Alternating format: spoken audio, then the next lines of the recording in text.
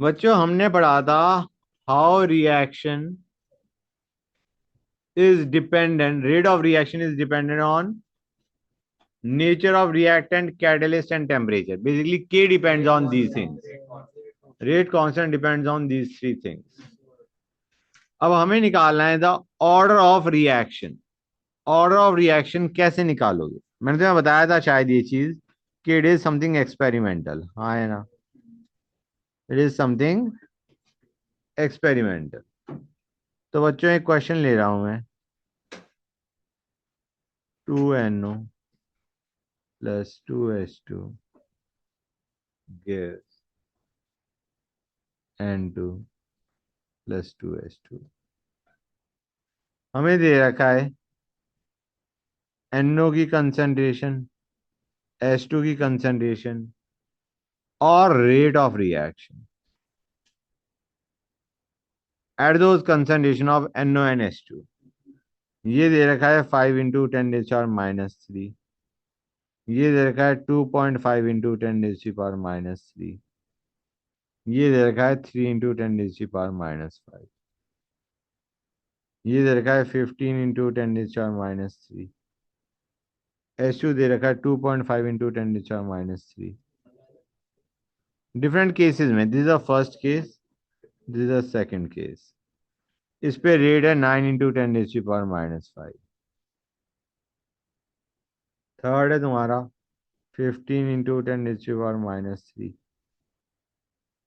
10 × 10⁻³, 3.6 × 10⁻⁴। हमें पूछा गया है क्वेश्चन के अंदर calculate order of reaction. Order of reaction में overall order and order with respect to NO and H2। Next rate constant भी हमें निकालना है। क्या निकालना है? K। और तीसरा हमें पूछा गया है initial rate of reaction if initially NO की कंसंट्रेशन एंड H2 की concentration is how much? 8 × 10⁻³ molar. ठीक है ना बच्चों? ये सारा हमें मोलर में दे रखा है, जो कंसंट्रेशन दे रखी है मोलर में दे रखी है। ओके बच्चों। अच्छा गाइस, रेट ऑफ रिएक्शन की यूनिट्स क्या होती है? Concentration by time. तो ये हो जाएगा मोलर पर सेकंड में। अब गाइस इसे करोगे कैसे? देखो, रेट इज के NO रेज़ की पावर x H2 रेज़ की power y। Okay guys, rate यही होता है। यहाँ पे तीन वेरिएबल हैं k, x और y। हमें तीनों की वैल्यू निकालनी है। Order with respect to NO H2 and rate constant, all three things we need. कैसे करोगे गाइस? ध्यान से देखो। पहले तुम 1 और 2 लो। 1 और 2 में डू यू रियलाइज H2 की कंसंट्रेशन सेम है? मतलब जब तुमने ऐसे मान के लो, एक बार तुमने ये वैल्यू लिखी यूजिंग 1, एक बार यही इक्वेशन लिखी using 2, this 1 this 2 and this 3। अब हम एक बार लेंगे 1 और 2 के साथ। 1 और 2 के साथ लोगे तो क्या होगा बच्चों? You will have k into this raise की power x into this raise की power y is equal to this. दूसरे वाले में हो जाएगा k इंटू दिस रेज की पावर x दिस रेज की power y is equal to this. एक काम करो, ये हमने क्यों लिया है इन दोनों केसेस को? क्योंकि इन दोनों में H2 बराबर है। डिवाइड कर दो दोनों को, डिवाइड बोथ ऑफ देम। तो R2/R1 क्या हो जाएगा? Let us take 2/1। R2/R1 क्या हो जाएगा? 9 × 10⁻⁵/3 × 10⁻⁵। Rate R2/R1 will be equal to K, तो कट जाएगा, कांस्टेंट है। H2 भी कट जाएगा क्योंकि उसकी कंसंट्रेशन सेम है। ये सिंपली दिस रेज की पावर x, इसकी रेशियो रेज की पावर x। समझ में आ रहा है नहीं आ रहा है बच्चों? पक्का समझ गए ना? यहां से x कितना आएगा? 3 = 3 रेज की पावर x x इज 1। अब दूसरा केस कौन सा उठाओगे तुम? दूसरा उठा लो 2 और 3, क्योंकि उसमें NO इज सेम। तो ये इसका कितना टाइम्स है, मतलब ये इसका कितना टाइम्स है? R3/R2 कर रहा हूं मैं, R3/R2 विल बी 4, नॉट 0.4, 4। 10⁻⁴ है, वो 10⁻⁵ है। You have rate 4 is equal to S2 की कंसंट्रेशन, सॉरी NO की कंसंट्रेशन दोनों में सेम है। तो ये है, ये मैंने NO ही लिया था ना, X लिया था ना, हाँ ठीक है। ये है this this by this rays power y, 4 a जाएगा। यहां से y क्या आ गया, मतलब order with respect to NO is 1 and S2 is 1। तो रेट क्या बन गया बच्चों हमारा?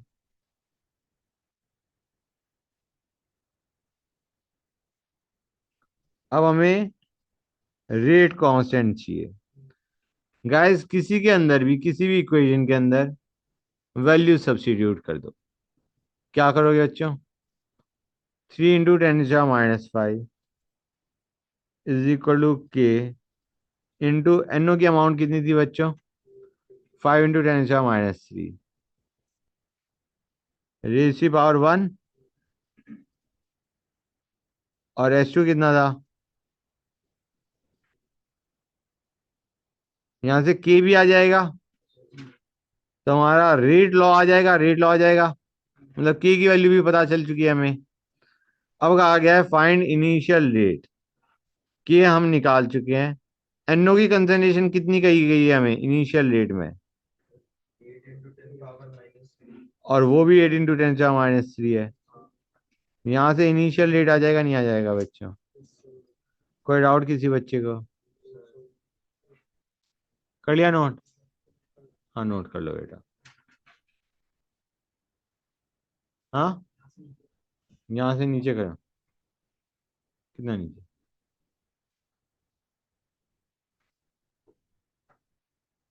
नोट इट डाउन क्विकली बच्चों, फिर मैं एक क्वेश्चन और दूंगा। गाइस इसमें एक क्वेश्चन में और लूंगा जिसमें ऑर्डर किसी के रेस्पेक्ट में 0 आ रहा हो बाई चांस, ऐसा एक केस भी ले लेंगे। और एक जहां पे एरर का चांस है वो केस भी लेंगे। हाँ बोलो। जो रेट कांस्टेंट होता है, रेट ऑफ रिएक्शन होता है, वो दोनों इंडिपेंडेंट ऑफ कंसंट्रेशन होता है।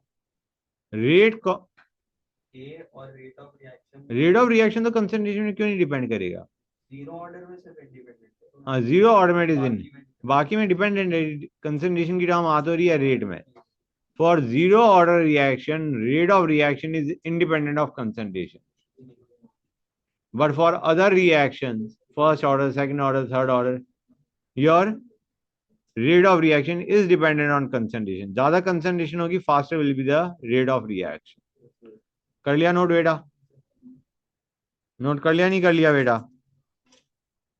All right. Question 2a plus b gives 3c.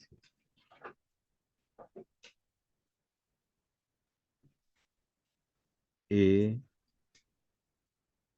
b rate of formation of c। पहले में क्या दे रखा था बच्चों? ऊपर हमें दे रखा था rate of reaction. This R was rate of reaction. Now we are given rate of formation of C. तो वैल्यूज देखते हैं। 2, 6, 10, 4, 6, 40, 4, 12, 40। फाइंड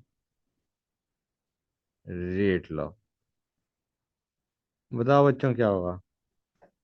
और गाइस पूरा करने की भी जरूरत नहीं है, if you are doing it fast. ये चेक करो कौन सी वैल्यू कांस्टेंट है, उसके हिसाब से देखो। यहाँ पे हमारा बी सेम है, ए को डबल किया, रेट कितना हो गया? 4 times. So you will have, मैं लिख देता हूँ, rate was k A raise की पावर एक्स बी रेज की पावर वाई। एक्स क्या आएगा बच्चों? यू विल हैव 2 रेज की power x is equal to 4, x is equal to 2। अब इधर देखोगे, ए सेम, बी को डबल करने से रेट में कोई फर्क ही नहीं पड़ा, मतलब order with respect to B must be zero. It is not dependent on the concentration of B. वैसे भी देख सकते हो, इट विल बी 2 रेज की power y is equal to 1, तो वाई मस्ट बी जीरो बच्चों। समझे या नहीं समझे गाइस? ये तो कट जाएगा, यू विल हैव 2 रेज की पावर वाई इक्वल टू 1, तो वाई इक्वल टू जीरो। ये क्या होगा बच्चों? तुमने एक चीज में गड़बड़ करी है, और मैंने तुम्हें इसलिए नहीं बताया कि मुझे लगा कि शायद बच्चे समझ जाएंगे। गाइस यहाँ पे try to understand, you are not given rate of reaction, you are given rate of formation of C. Now what is rate of reaction in terms of formation of C? Rate of reaction is 1/3 dc/dt। तुम्हें ये दे रखा है, तुम कहोगे sir फिर तो हमारा equation गलत है। हाँ है ना? जो भी हमने किया, एक्चुअली हमें दोनों में ही यहाँ पे 1/3 यहाँ पे, 1/3 यहाँ पे, 1/3 यहाँ पे, that would give the rate of reaction. समझे या नहीं समझे गाइस? लेकिन जब तुम रेशो ले रहे हो तो वो कट जाएगा, लेकिन के में तो ये गड़बड़ कर देगा। कि अगर तुम ये लिख देते हो 10 इज इक्वल टू 2 रेज की पावर एक्स 6 रेज की पावर वाई इंटू के, तो वो तो गलत हो जाएगा ना बच्चों। It is not 10, 10/3। हमें dc/dt दे रखा है, we need the rate of reaction. Rate of reaction is k, A कितना था? 2, 2 रेज की पावर 2, 6 रेज की पावर 0। ये चीज समझ आई नहीं आई बच्चों? भाई एक्स और वाई बताया, अब हमें के निकालना था, तो के ऐसे होता है ना बच्चों, ए रेज की पावर 2 बी रेज की पावर 0, ये बन जाएगा के 2 रेज की पावर 2, एंड दूसरा क्या था? 6 रेज की पावर 0। ये क्या आएगा बच्चों? समझ आया नहीं आएगा? ये समझ आ गया गलती कहाँ पे हो सकती है? तुम्हें रेट ऑफ रिएक्शन देने के बजाय रेट ऑफ फॉर्मेशन ऑफ प्रोड दे रखा है, या rate of consumption of reactant दे रखा है। रेट ऑफ फॉर्मेशन ऑफ प्रोड दे रखा है या rate of consumption of reactant दे रखा है। In that case, there's another important thing you have to do. You have to find out the rate of reaction, which will be in terms of reactant or product बच्चों। समझ आया नहीं आया guys? अब एक और बड़ा अच्छा क्वेश्चन, क्योंकि ये बिल्कुल हिट नहीं करने वाला जो मैंने अभी चीज तुम्हें लास्ट क्लास में बताई थी। It is not going to hit you in the question.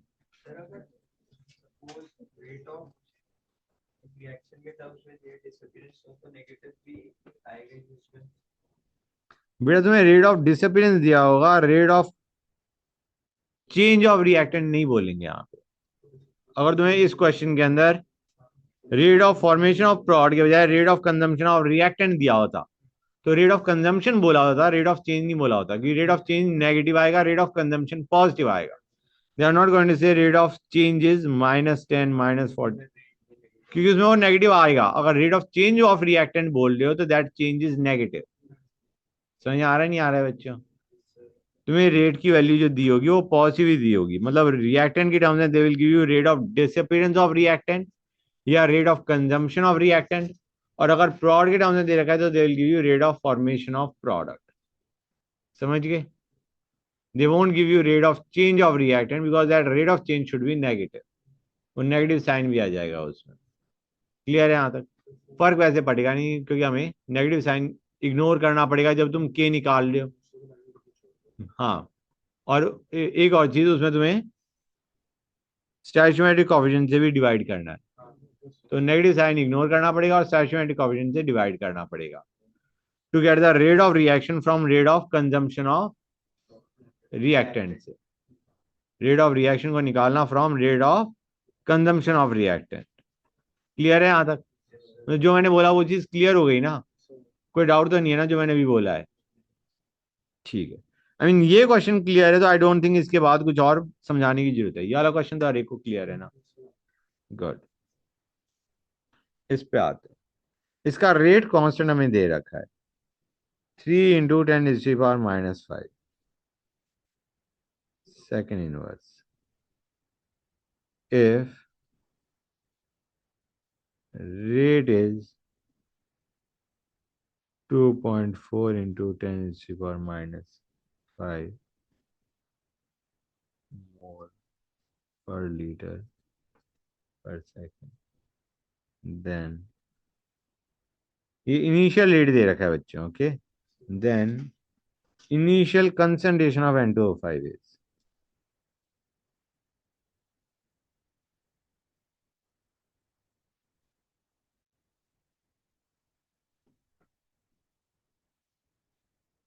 Guys इसका रेट क्या होगा? रेट लॉ क्या होगा? रेट लॉ क्या होगा कि रेशि पावर एक्स, बच्चों टू मत कर देना, x. Are you given x in question? That is my question. Are you given x in question? You are. Unit देख लो के की, ये बिल्कुल हिट नहीं करता एग्जाम में। के की यूनिट्स देखो, ये तुम्हारा फर्स्ट ऑर्डर रिएक्शन है। याद आया नहीं याद आया बच्चों? याद है नहीं याद है बच्चों? के की यूनिट्स क्या होती हैं? Concentration ratio power 1 - x time inverse basically. तो 1 - x = 0 ओवर हेयर, तो x = 1। समझ आया नहीं आया बच्चों? ये एग्जाम में बहुत रेयरली हिट करता है, इसलिए मैं तुम्हें बता रहा हूँ। सुनते आना बच्चों। क्लियर हो गया यहां तक? यहां से हमें, बेटा देखो, हमें के की यूनिट्स दे रखी है सेकंड इनवर्स। यहां से तुम्हें पता चल रहा है कि overall order of reaction should be 1। ये समझ आया? ये ओवरऑल ऑर्डर ऑफ रिएक्शन 1 क्यों आ रहा है? क्योंकि यहाँ पे के की यूनिट्स में कंसंट्रेशन की टर्म नहीं आ रही। के की जो यूनिट दे रखी है उसमें कंसंट्रेशन की टर्म नहीं आ रही। मतलब 1 - x should be equal to 0। यहां से x आ गया 1, x 1 मतलब order of reaction is 1। Overall order of reaction is 1। यहाँ पे रिएक्टेंट एक ही है, तो हमारा ओवरऑल ऑर्डर जो है that is the order with respect to N2O5। ब्रेज हमने लास्ट क्लास में किया था ना, ध्यान से देखो। हमने पढ़ा था रेट इज के concentration ratio power x, right? ये हमने लास्ट क्लास में करा था। रेट को हम क्या लिखते हैं? Concentration by time, and this is के कंसंट्रेशन रेशियो पावर एक्स। तो के की यूनिट्स क्या होती है?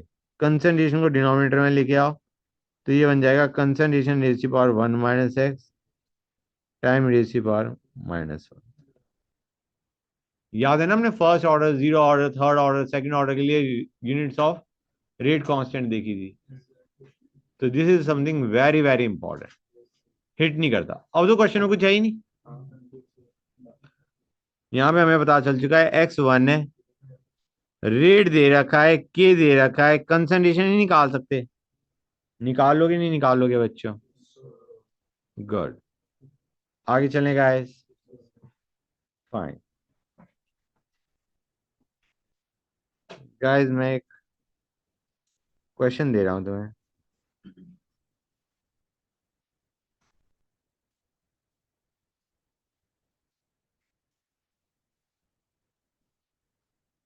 ओके, हमें एक आ गया है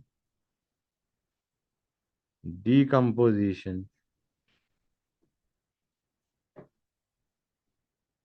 is zero order. Decomposition is zero order. Then what are rate of production of N2 and H2 if K is 2.5 into 10 to the power minus 4. Rate of production of N2 and H2 क्या होगा? पहले देखो rate of reaction क्या होगा zero order के लिए, के ही हो जाएगा NH3 पावर जीरो।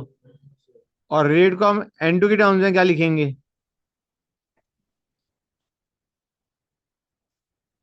और रेट ऑफ रिएक्शन को इन टर्म्स ऑफ H2 क्या लिखेंगे?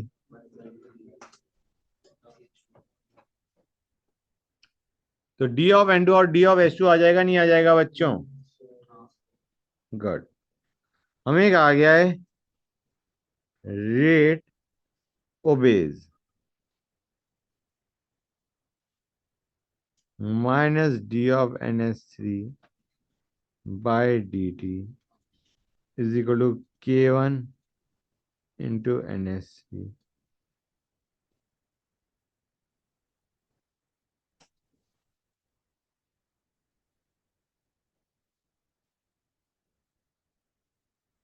This is how the rate is dependent.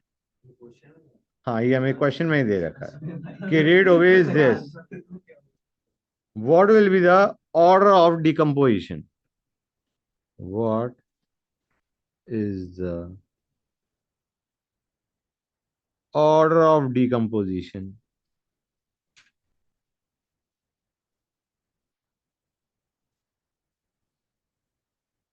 if concentration of NH3 is very less,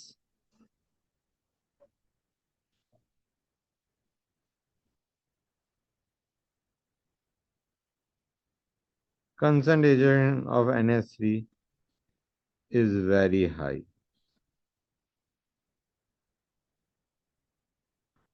K1 and K2 are constants. K1 and K2 are constant बच्चों।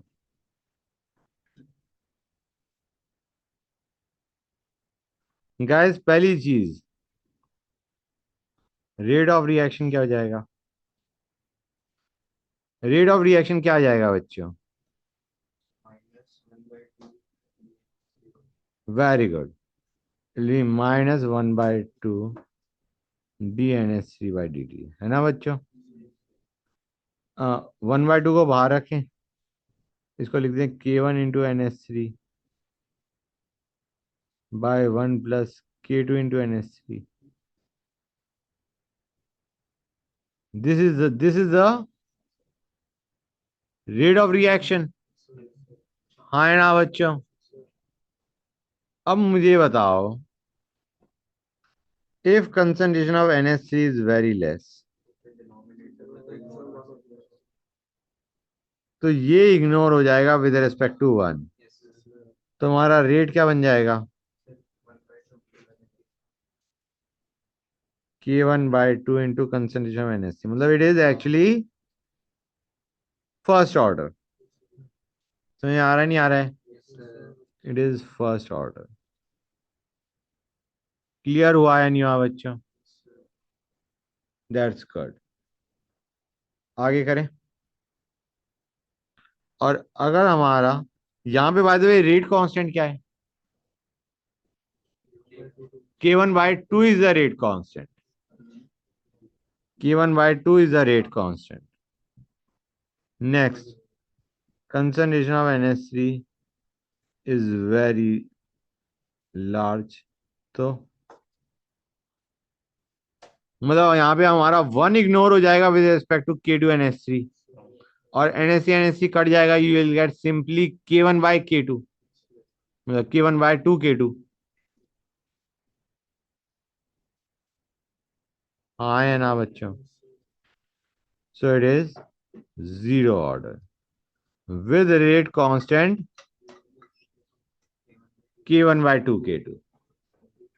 समझे या नहीं समझे guys? कुछ clarity आई? Good question. Basic basic question चलते आएंगे। ऐसे क्वेश्चन भी जेई में आ जाते हैं।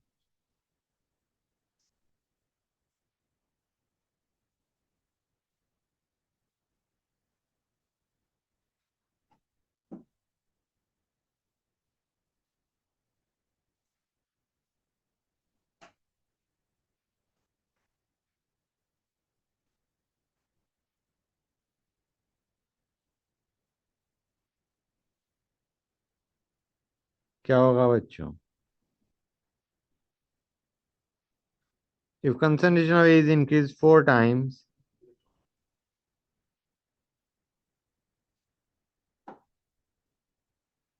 the rate of reaction doubles.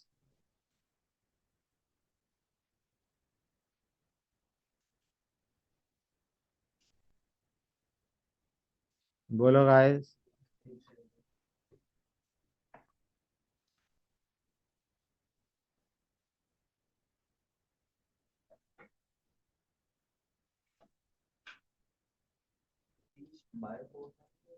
Increased by 4 times. Increased to 4 times, sorry. Increased to 4 times.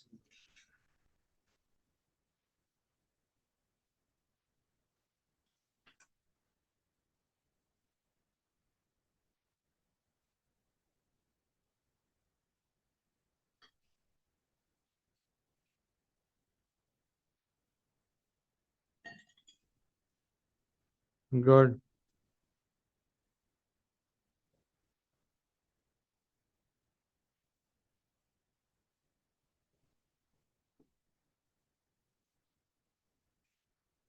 भाई रेट डबल हो गया। ऐसे मान के लो rate is k A race की पावर एक्स। रेट डबल हो गया। कंसंट्रेशन 4 टाइम्स हो गई। तो एक्स क्या आ जाएगा? ये तो करना था। हो गया ना? ठीक है। Effect on rate.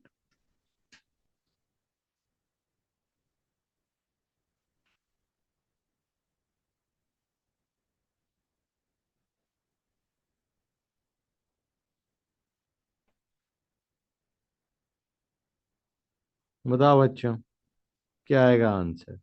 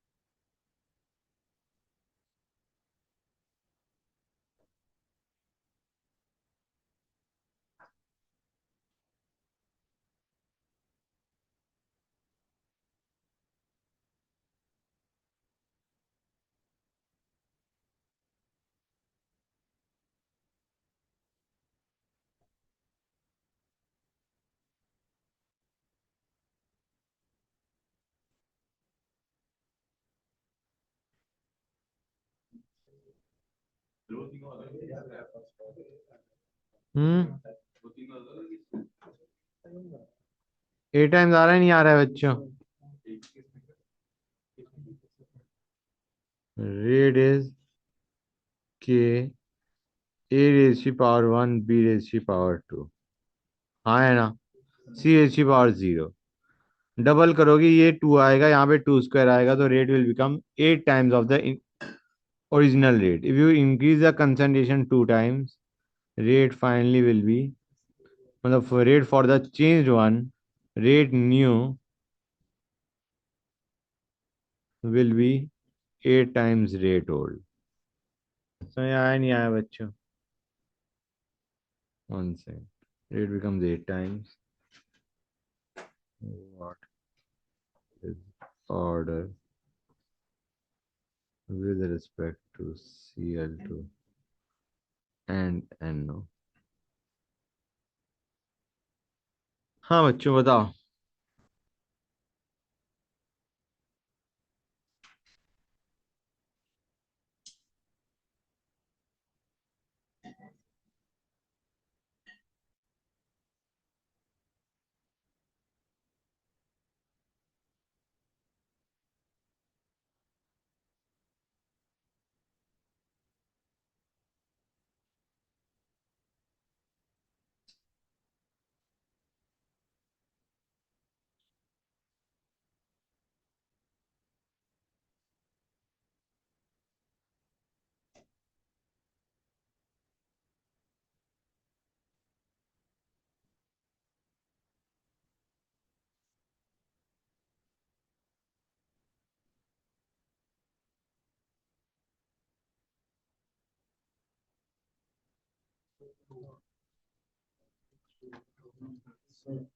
ये समझ आ रहा है नहीं आ रहा है कैसे हो रहा है? जब Cl2 डबल किया और NO को सेम रखा तो तुम्हारा रेट भी डबल हो गया, तो Y is 1। और जब दोनों को डबल कर दिया तो रेट बिकम्स 8 टाइम्स। समझ आ रहा है नहीं आ रहा है बच्चों? ये डिवीजन से आ रहा है बेसिकली। तीन केसेस बनाए, एक बार 2/1 किया, एक बार 3/1 किया। समझ आ रहा है नहीं आ रहा है बच्चों? I mean I don't think इसमें कोई दिक्कत आनी चाहिए किसी भी बच्चे को। ओवरऑल ऑर्डर ऑफ रिएक्शन क्या हो जाएगा? 3 3। Good, next. 2NO plus O2 gives 2NO2. How much will rate of reaction change if volume is diminished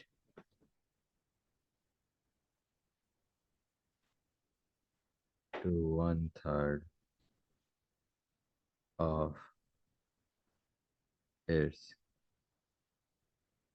initial volume? Volume को हमने 1/3 कर दिया, then what will be the effect on rate of reaction? और तुम कहोगे sir यहाँ पे हमें एक्सपेरिमेंटल रेट लॉ तो दिया ही नहीं हुआ। ऐसा कुछ नहीं दे रखा, assume the reaction to be a elementary reaction. तो रेट हमारा क्या है कि NO रेज़ की पावर 2 O2 रेज़ की पावर 1। ये हम अज्यूम करके चल रहे हैं, नहीं तो क्वेश्चन कर ही नहीं सकते। अब हमें कहा गया है कंसंट्रेशन, हमने क्या मतलब कंसंट्रेशन में क्या चेंज आएगा अगर वॉल्यूम 1/3 कर दोगे? Concentration will become 3 times. तो कितना आ जाएगा? कंसंट्रेशन दोनों की 3 टाइम्स हो गई क्योंकि वॉल्यूम 1/3 हो चुकी है। राइट बच्चों, ये चीज समझ आ रही नहीं आ रही है? वॉल्यूम 1/3 का मतलब कंसंट्रेशन 3 टाइम्स बढ़ गई है। तो तुम्हारा it will be 27 R0। R initial का 27 टाइम्स हो जाएगा। कोई डाउट किसी बच्चे को? गुड। यहाँ तक किसी भी बच्चे को कोई doubt? Alright, question. A+2B gives product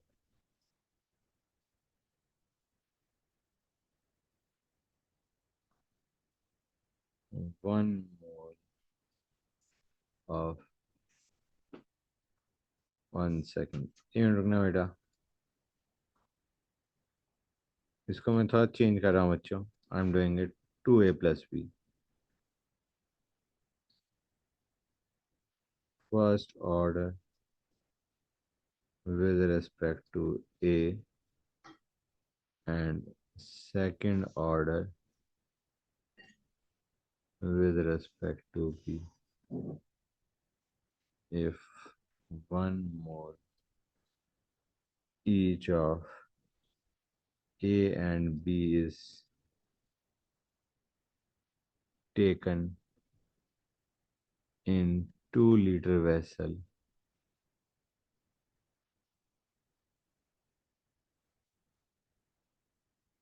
and initial rate is 10 raised to the power -2 this. Find rate when one third of A is converted to product.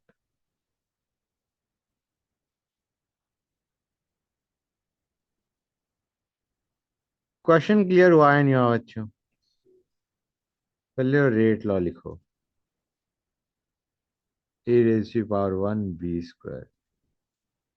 ठीक है ना बच्चों? गाइस हमें रेट पूछा गया है, रेट के लिए सबसे पहली चीज मिसिंग क्या है? के। ओ सॉरी, ठीक है बच्चों, हमें कहा गया है हमारी मिसिंग चीज क्या है बेटा? के। के कैसे निकालोगे बच्चों? हमें इनिशियल रेट दे रखा है, initial moles of A and B भी दे रखे हैं। तो किसने चेंज करवाया था मेरा? किस नालायक ने चेंज करवाया था मेरा? पहले मैंने सही लिखा था ना, मेरे ख्याल से यही लिखा था, कुछ और लिखा था। नालायक बच्चे। ठीक है बच्चों, हाँ, तो मैं क्या कह रहा था कि ये था हमारा ए के रेस्पेक्ट में फर्स्ट ऑर्डर, बी के रेस्पेक्ट में सेकंड ऑर्डर, ये है। अब हमें कहा गया है कि what is the rate, rate पूछा गया, तो रेट के लिए हमें के चाहिए, ए चाहिए, बी चाहिए। के इज मिसिंग ओवर हियर। के के लिए हमें ये इंफॉर्मेशन दे रखी है क्या? कि एक मोल ए का लिया, एक मोल बी का लिया, इतने मोल वॉल्यूम वेसल में लिया, तो रेट ये है। तो गाइस यूनिट्स मतलब वैल्यूज पुट करके बताओ क्या बनाओगे?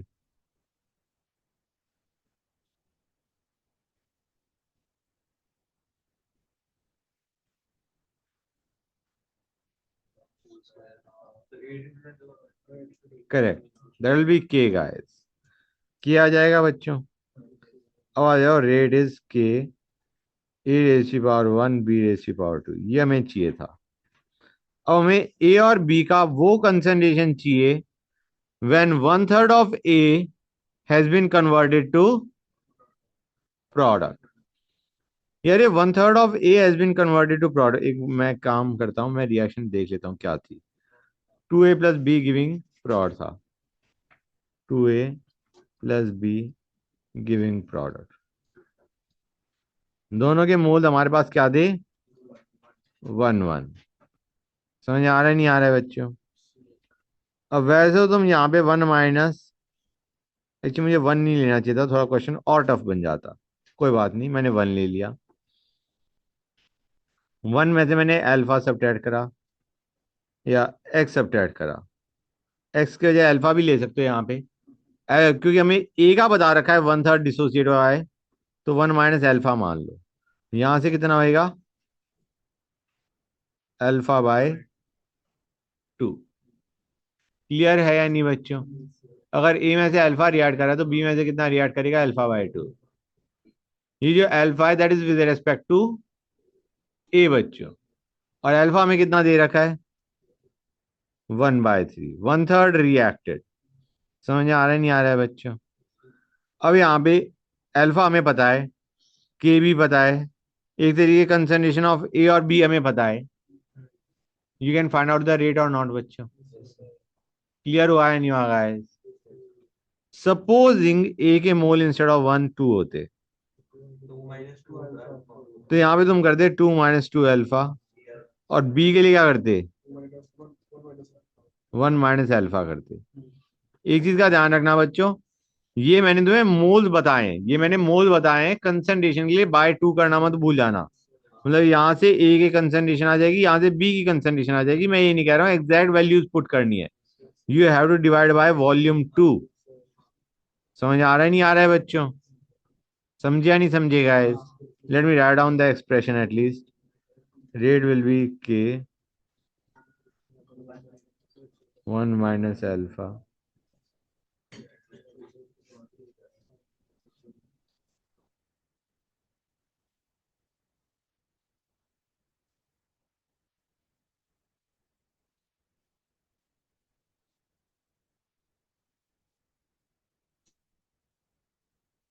अब समझ आ रहा है नहीं आ रहा है बच्चों? कितने बच्चों को ये चीज क्लियर हो गई है? Clear to everybody?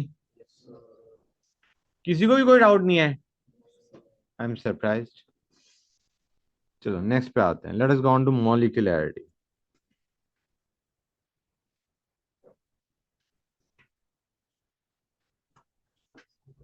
ऊपर करना है, कर लो नोट बेटा। ये समझिए ना guys, we have taken concentration of A and B. जब बच्चों बाई चांस यहाँ पे टू होता और तुम टू माइनस टू एल्फा करने के बजाय टू माइनस एक्स कर देते तो क्या होता बच्चों?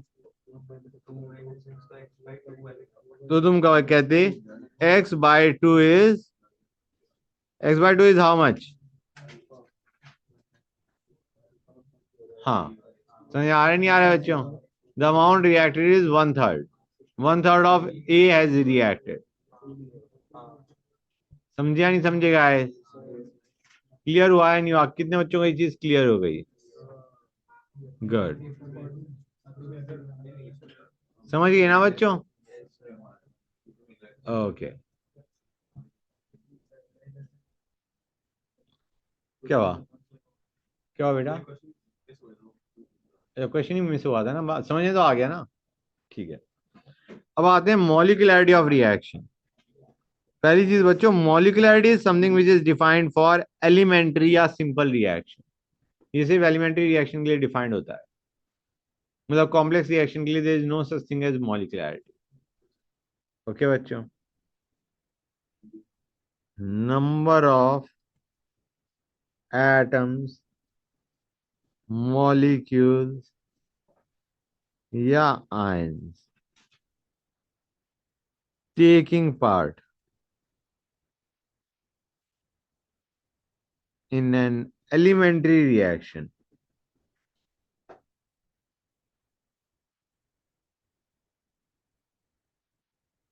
which must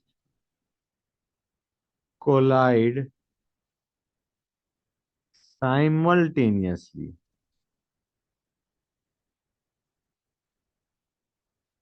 in order to form product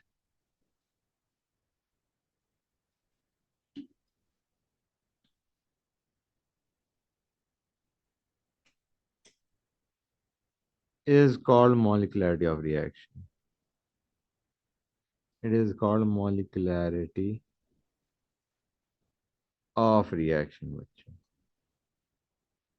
कुछ क्लियर हुआ जो मैंने भी बोला है? हम कह रहे हैं सिंपल सी बात ऐसे समझो, एक एलिमेंट्री रिएक्शन के अंदर, एक एलिमेंट्री रिएक्शन के अंदर जितने भी टोटल रिएक्टेंट्स हैं, मतलब जितने भी number of molecules of reactants हैं, उन सब का सम इज द मॉलिक्यूलैरिटी। भाई एलिमेंट्री रिएक्शन का मतलब होता है reaction which is occurring in a single step.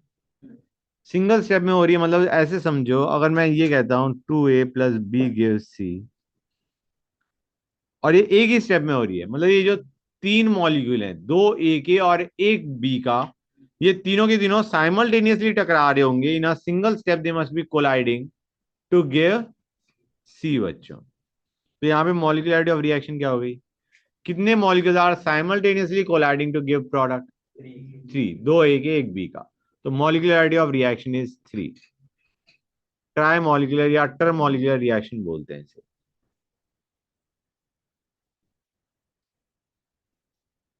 Molecularity, मतलब आइडिया इज ये तीन molecule must collide simultaneously at the same time, they must collide in order to form product. समझे या नहीं समझे गाइस? गुड। मॉलिक्यूलरिटी जीरो तो नहीं हो सकता, it has to be one at least. तो सबसे पहला NH4NO2 का decomposition to give N2 + 2H2। This is unimolecular reaction, this is unimolecular, molecularity one.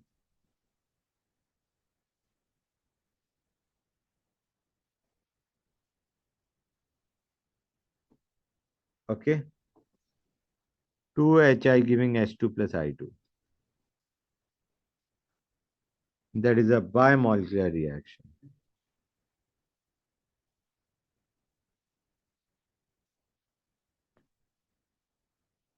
अगर तुम इसे हाफ कर देते हो, तुम लिखते हो HI giving half H2 plus half I2, that doesn't mean कि तुमने उसकी मॉलिक्यूलरिटी हाफ 1 कर दी है। आइडिया इज दो मॉलिक्यूल इसके कोलाइड करते हैं to give one molecule of H2 and I2. It is a bimolecular reaction.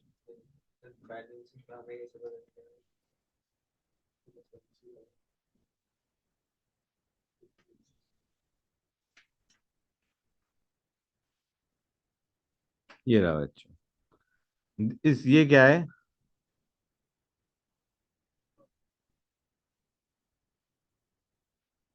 टर मॉलिक्यूलर रिएक्शन। ठीक है बच्चों, क्लियर है यहाँ तक? नो, टर या try molecular reaction. Try to understand is molecularity greater than 3 is normally not observed.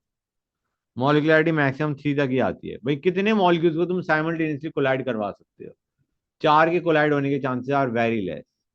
अब तुम्हें कोई इस टाइप की घिनौनी रिएक्शन अगर पकड़ा रखी है,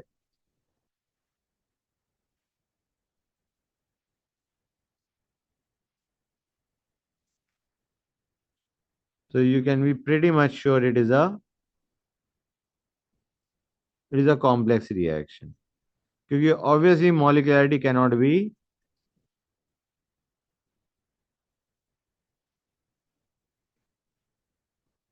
molecularity cannot be 10, 6 plus 3 plus 1.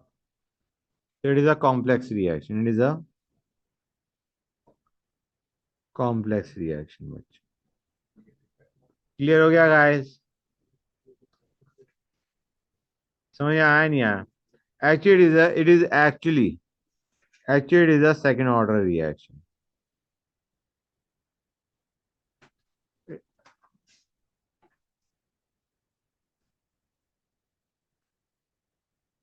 Elementary reaction के लिए तुम्हें याद है बच्चों, मॉलिक्यूलरिटी तो मैंने बता ही दिया है। मॉलिक्यूलरिटी क्या होता है?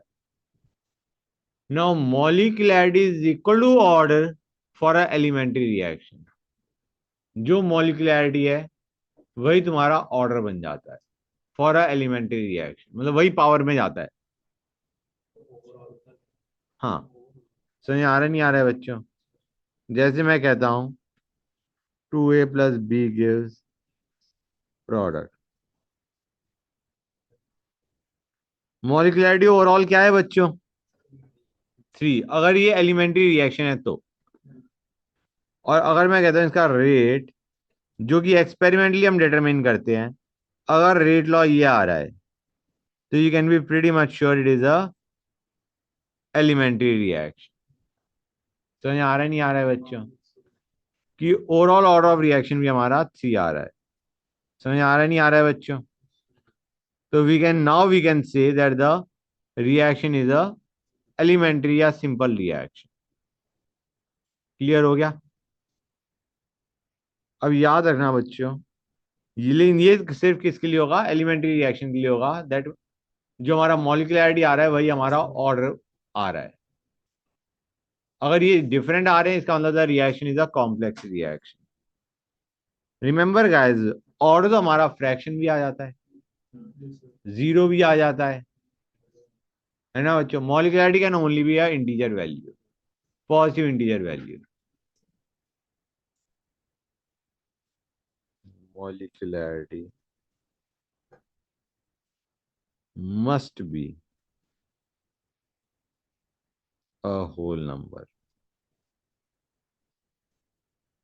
whereas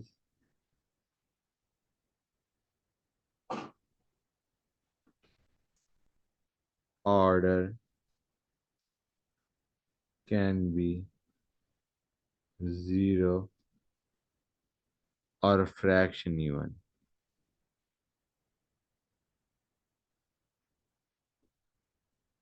ये भी मैं लिख ही देता हूँ, मैंने बोला था ही। ऑर्डर ऑफ एलिमेंट्री रिएक्शन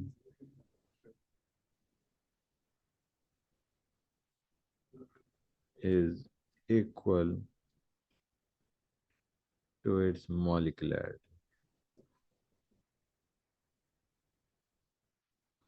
अच्छा बच्चों, ऑर्डर भी हमारा 3 से ज्यादा जाना मुश्किल है, मॉलिक्यूलरिटी भी 3 से ज्यादा जाना मुश्किल है। आएगा नहीं इन जनरल? ना तुम्हारा मतलब मॉलिक्युलरिटी तो है ही एलिमेंट्री के लिए। Order for any reaction, it is very rare chance का ऑर्डर तुम्हारा 3 से ऊपर जाए। ठीक है बच्चों। कई बार एक चीज और भी हो जाती है, जैसे मैंने अभी बताया था ना, लो प्रेशर हाई प्रेशर पे तुम्हारा मॉलिक्यूलर सॉरी जो ऑर्डर ऑफ रिएक्शन वो चेंज हो गया था, NH3 का डिकम्पोजिशन जो हम देख रहे थे। तो ऐसा भी हो जाता है कि it is dependent on pressure, कि तुम्हारी जो रिएक्शन है उसका ऑर्डर क्या है। समझ आ रहा नहीं आ रहा है बच्चों? लो प्रेशर पे क्या हो रहा था हमारे पास, we are having first order. High pressure पे it was zero order. Good. जो कि हमने क्वेश्चन बेसिकली करा था। ओके बच्चों। गुड, आगे चलें गाइस। करना। अब मैं तुम्हें कुछ क्वेश्चंस करवा देता हूँ। क्वेश्चन गाइस देखो, अगर हमें ए गिविंग बी प्लस सी दे रखा है, अगर ये एलिमेंट्री रिएक्शन है, अगर ये एलिमेंट्री रिएक्शन है, इसका रेट कांस्टेंट के है, तो इसका हम रेट ऑफ रिएक्शन क्या लिख सकते हैं, के लिख सकते हैं, लिख सकते हैं गाइस। अब सपोजिंग ये ए गिविंग बी प्लस सी तुम्हारा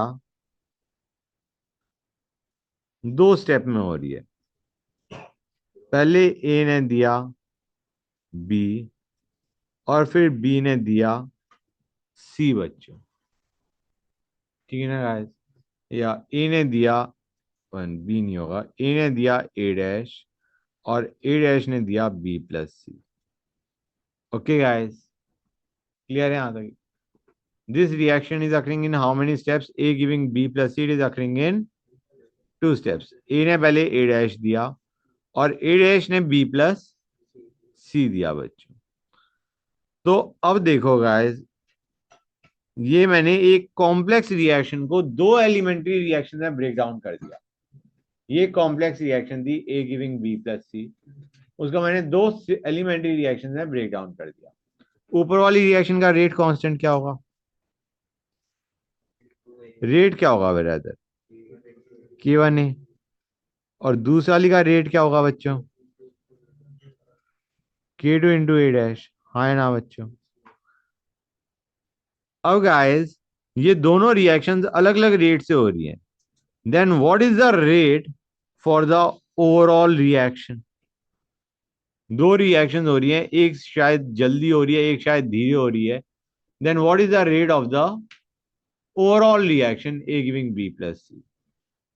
तो remember guys, rate of complex reaction is equal to rate of slowest elementary step.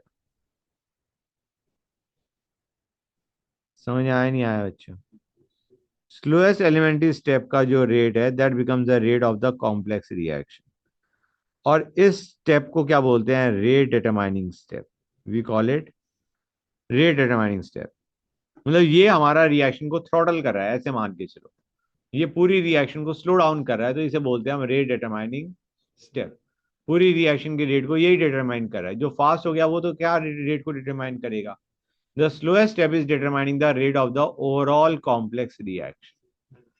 समझिए गाइस? तो हमें क्वेश्चन के अंदर शायद, मैं एक क्वेश्चन लेता हूं, ए गिविंग सी। ओके गाइस, ये ओवरऑल रिएक्शन है। ओके, ये हमें दे रखा है दो स्टेप में हो रही है, A giving B, B giving सी।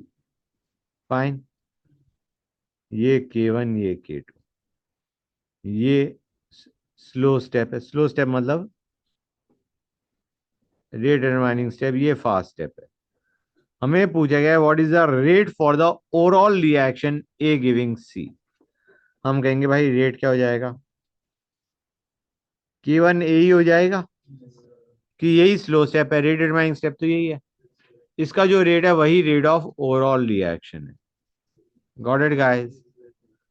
अब सपोजिंग, सपोजिंग हमारा इसी क्वेश्चन के अंदर पहले स्टेप को रेट डिटरमाइनिंग स्टेप की बजाय सेकंड स्टेप को स्लो स्टेप बोला होता है, रेट डिटरमाइनिंग स्टेप बोला होता है। तो हमारा क्या हो जाएगा बच्चों, ये K1, ये K2। मैं एक काम करता हूँ, इसे K1 नहीं लिख रहा, इसे K2 लिख रहा हूं अभी। तो रेट क्या आ जाना चाहिए, K2B। प्रॉब्लम ये है बच्चों, rate should be in terms of reactant. Rate हमेशा किसकी टर्म में लिखा जाता है, रिएक्टेंट की टर्म में।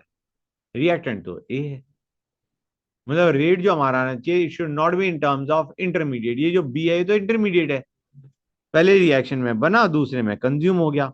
B is the intermediate that was present in the reaction. We need the rate in terms of A. तो क्या करोगे बच्चों, हम कन्वर्ट करते हैं एंड वी अज्यूम जो स्लो स्टेप है उससे ऊपर के बाद जितनी भी स्टेप्स हैं, उस स्लो स्टेप के ऊपर के जितने भी स्टेप्स हैं, उन सबको हम इक्विलिब्रियम वाले मान लेते हैं। उससे ऊपर वाले जितने भी स्टेप्स हैं उन्हें हम क्या मान लेते हैं, इक्विलिब्रियम वाले। वी अज्यूम स्लो स्टेप से ऊपर के जो उससे पहले वाले जितने भी स्टेप्स हैं उनको हम क्या मान लेते हैं, फास्ट इक्विलिब्रियम। क्लियर है बच्चों। और उसका इक्विलिब्रियम कांस्टेंट क्या हो गया, लेट अस से के इक्विलिब्रियम। मतलब हम मान के ले A giving B is the equilibrium की रिएक्शन। तो हमारे पास अब रिलेशन आ जाएगा बिटवीन बी एंड ए। के इक्विलिब्रियम क्या हो जाएगा बच्चों, it will be B by A. अब बी की वैल्यू यहां से यहां पुट कर दो, क्या बन जाएगा बच्चों, K2 के इक्विलिब्रियम ए। समझे या नहीं समझे guys, this is the rate law for the complex reaction. हाँ बेटा, this is the rate law for the complex reaction. Order of reaction क्या हो चुका है, ऑर्डर ऑफ रिएक्शन क्या है आप बताओ मुझे। Looking at the overall rate law, what is the order of reaction with respect to A, 1। And what is the rate constant, K2 into K equilibrium is the rate constant for the complex reaction A giving C। समझे या नहीं समझे guys. हाँ बेटा, अभी रुक जाओ, मैं एक और क्वेश्चन करवाऊंगा, शायद उससे क्लैरिटी और बढ़े। गिव मी अ सेक।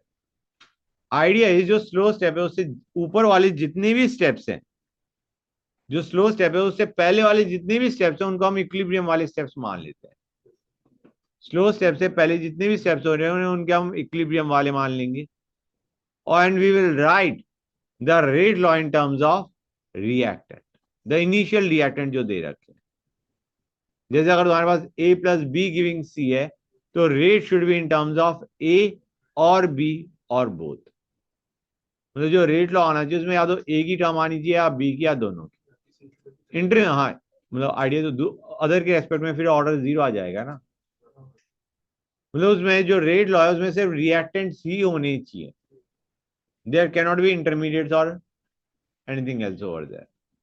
समझिए गाइस, कर लिया नोट। तो मैं क्वेश्चन दे रहा हूं बच्चों, दो।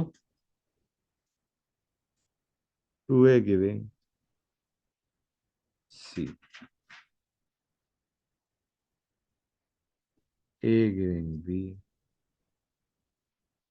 B plus A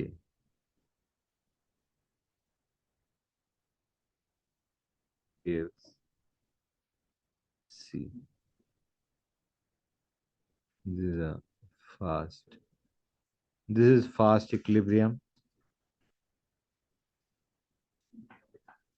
and this is slow.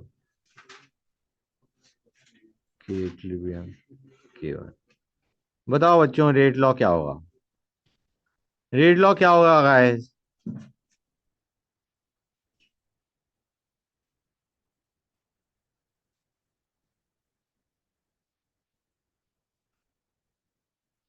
You need the rate only in terms of A. समझ में आ रहा है नहीं आ रहा है बच्चों।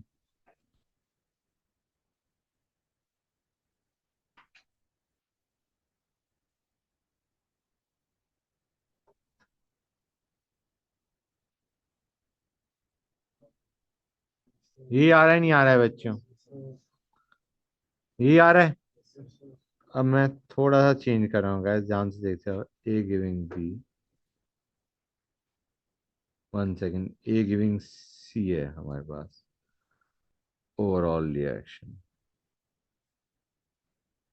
हमें दे रखा है A giving two B, B giving B dash and B dash.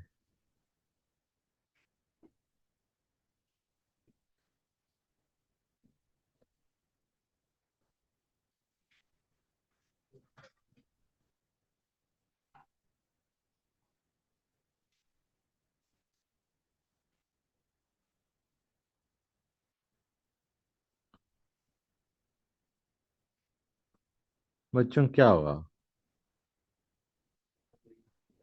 नीचे वाला इग्नोर कर देंगे हम।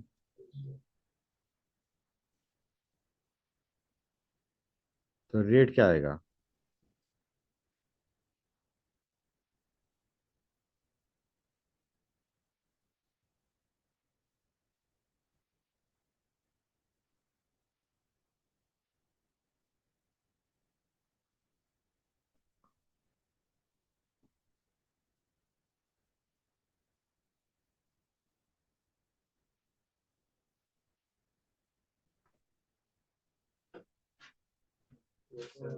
यही आ रहा है। So order of reaction with respect to A क्या है? हाफ है। And what is the rate constant? K1 √K equilibrium. अब मेरे ख्याल से तुम्हें क्लियर हो चुका है हाउ टू डू इट। हर एक को क्लियर है ना बच्चों? किसी बच्चों को डाउट यहाँ तक? Good, that's great. हाँ बेटा, क्या कह रहे हो? हर एक का हो गया ना बच्चों? ठीक है, एक क्वेश्चन और दूं गाइस? देखो क्वेश्चन, एक्चुअली आइडिया क्या है, हमारे पास एक रिएक्शन है। देखो ये जो ऑर्डर है that is a experimental concept, experiment किया ऑर्डर निकाला। जो molecular idea that is a theoretical concept, theoretical in the sense वो हमने अपनी तरफ से बनाया है। हमने कहा कि भाई जैसे एग्जांपल लो, ए गिविंग सी है। इसको तुम डायरेक्टली ये भी सोच सकते हो, मतलब इसके एक से ज्यादा मैकेनिज्म हो सकते हैं। That is what I am trying to tell you. किसी इंसान ने कहा यार इसका मैकेनिज्म ये होना चाहिए, A giving B, B giving C. That could be one mechanism. और you can have A giving A dash, A dash giving B and B giving C. हो सकता है, नहीं हो सकता है बच्चों? या फिर ऐसे मान लेते हैं, मैं let me take a case जैसा हमने करा हुआ है, two A dash, A dash gives b and b plus a dash gives c. Idea is एक रिएक्शन के लिए you can have more than one mechanism. तो हाउ यू आइडेंटिफाई कौन सा करेक्ट है? फिर तुम इन दोनों मैकेनिज्म से आइडेंटिफाई करोगे इनमें स्लो स्टेप क्या है। फिर तुम ऑर्डर ऑफ रिएक्शन निकालोगे using these mechanism. Then you will compare it with the actual order जो तुमने एक्सपेरिमेंटली निकाला है। अगर ऑर्डर तुम्हारा मैच कर रहा है, दैट मीन्स दैट द जो तुमने अपनी तरफ से मैकेनिज्म प्रपोज किया है दैट इज करेक्ट। समझ आया नहीं आया बच्चों? तुमने इन दोनों से रेट लॉ निकाला इन टर्म्स ऑफ रिएक्टेंट, फिर तुमने उसे एक्सपेरिमेंटल रेट लॉ से कंपेयर किया। अगर experimental rate law is coming out same as the rate law from the propose mechanism, that means the mechanism is correct. और कई बार तुम्हारे पास एक से ज्यादा प्रोपोज मैकेनिज्म करेक्ट आ जाते हैं। समझ आ रहा है नहीं आ रहा है बच्चों? तो you can not be sure which mechanism is actually correct. एक से ज्यादा करेक्ट मैकेनिज्म भी आ सकता है for a given complex reaction. हाँ, तो वो हमारी तरफ से प्रपोज है, that is a theoretical concept. हमने हमें एक रिएक्शन दिखाई दी, अब हमने कहा इस तरीके से रिएक्शन होनी चाहिए। और उसको एक्सपेरिमेंटली वेरीफाई कैसे कर रहे हैं? By comparing with the experimental rate law. अगर वो एक्सपेरिमेंटल रेट लॉ से मैच कर रहा है, that means that mechanism must be correct. तो फिर वो ऑर्गेनिक में इसलिए दिक्कत आती है, एक से ज्यादा करेक्ट मैकेनिज्म हो सकता है, तो वो भी ऐसे same.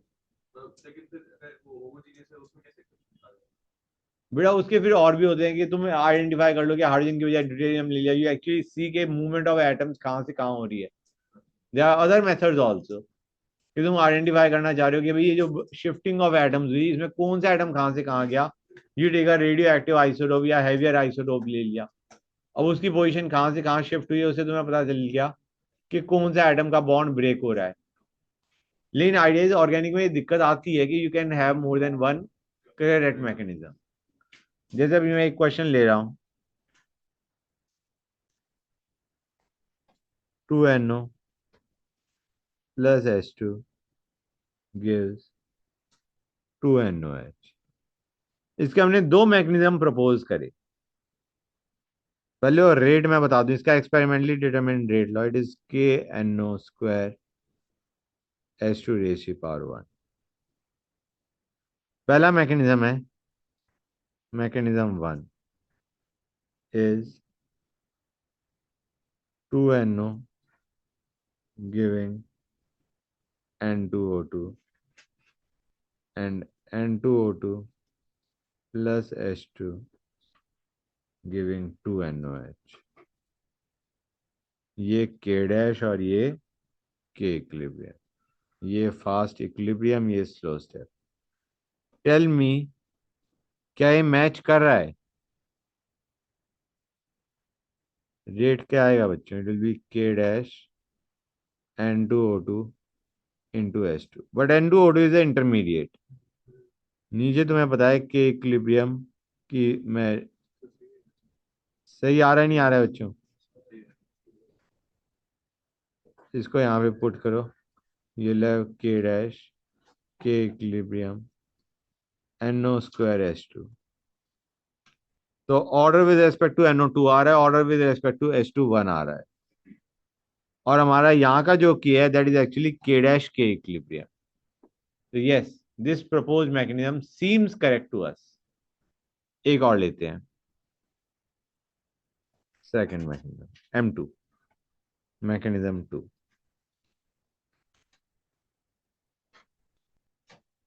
2NO plus H2 gives NOH2 and NOH2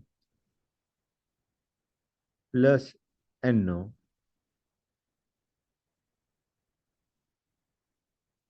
gives 2NOH।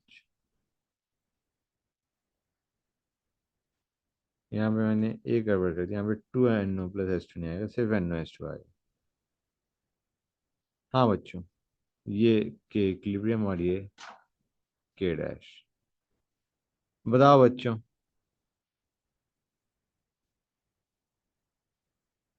does that match or not? Rate will be K dash NOH2 into NO, और K equilibrium is NOH2 by NOH2।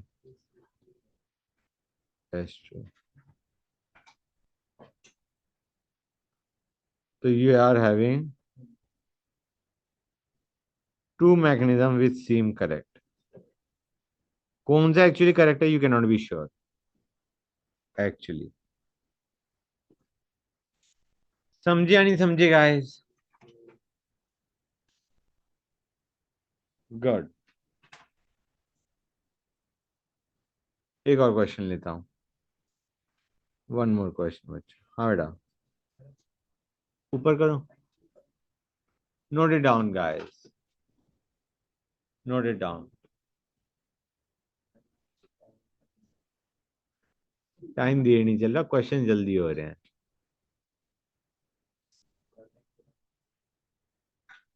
हाँ बेटा, क्यों नहीं,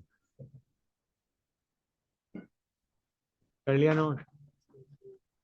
या अभी नोट कर ही रहे हो? कर ही रहे हो, करो नोट।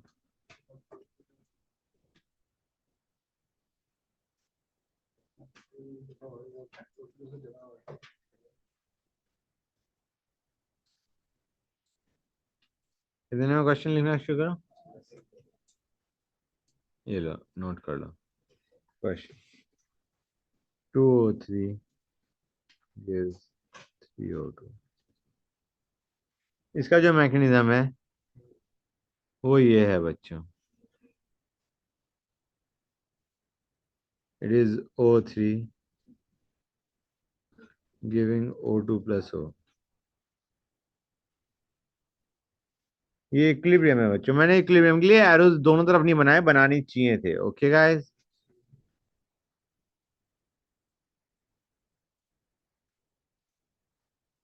ये फास्ट है और ये स्लो है बच्चों। बताओ गाइस क्या होगा।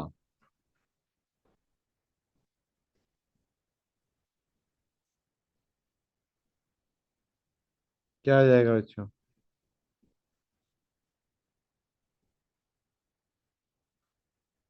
हाँ है ना।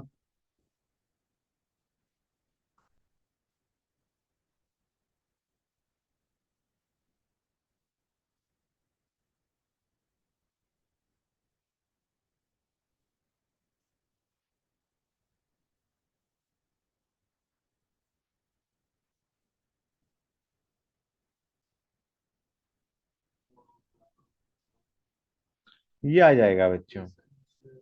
कोई डाउट किसी बच्चे को। तो यही है। Order with respect to O3 is 2, with respect to O2 is -1। ठीक है ना बच्चों। तो ऐसा भी बन जाता है कि जैसे कि बना हुआ है। दिखा है नहीं दिखा बच्चों। एक क्वेश्चन और ले रहा हूं मैं।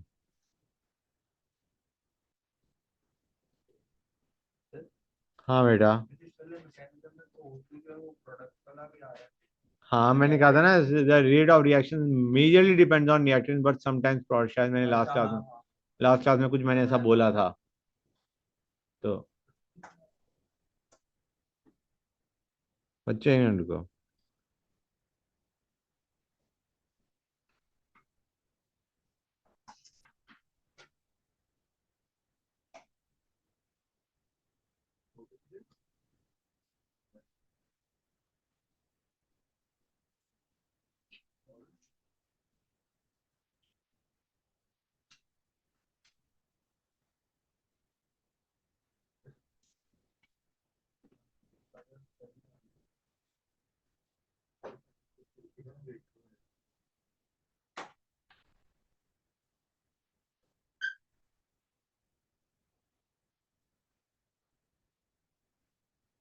पहला फास्ट है, फास्ट इक्विलिब्रियम। दूसरा स्लो है। तीसरा फास्ट है। बताओ बच्चों कैसे करोगे इसे। रेट क्या आ जाएगा।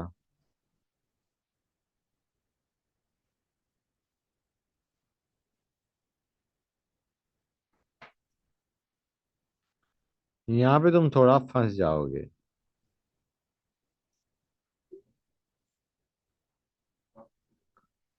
क्योंकि तुम्हें सिर्फ चाहिए इन terms of A.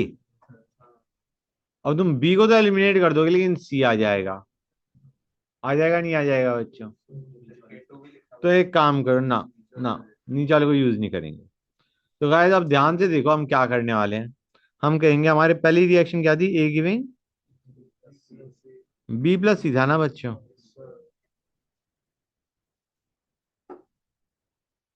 Do you realize or not. Actually शायद शायद कोई बात नहीं। यहाँ पे I am not sure if. One second, एक मिनट रुक जाओ बच्चों। Let me change the reaction actually, just let me change the reaction a bit. C dash giving D कर रहा हूँ मैं। होल्ड ऑन अ सेकंड बच्चों। One second, just let me think it over, just give me one sec. B giving C dash. Overall reaction क्या बन जाएगी in that case.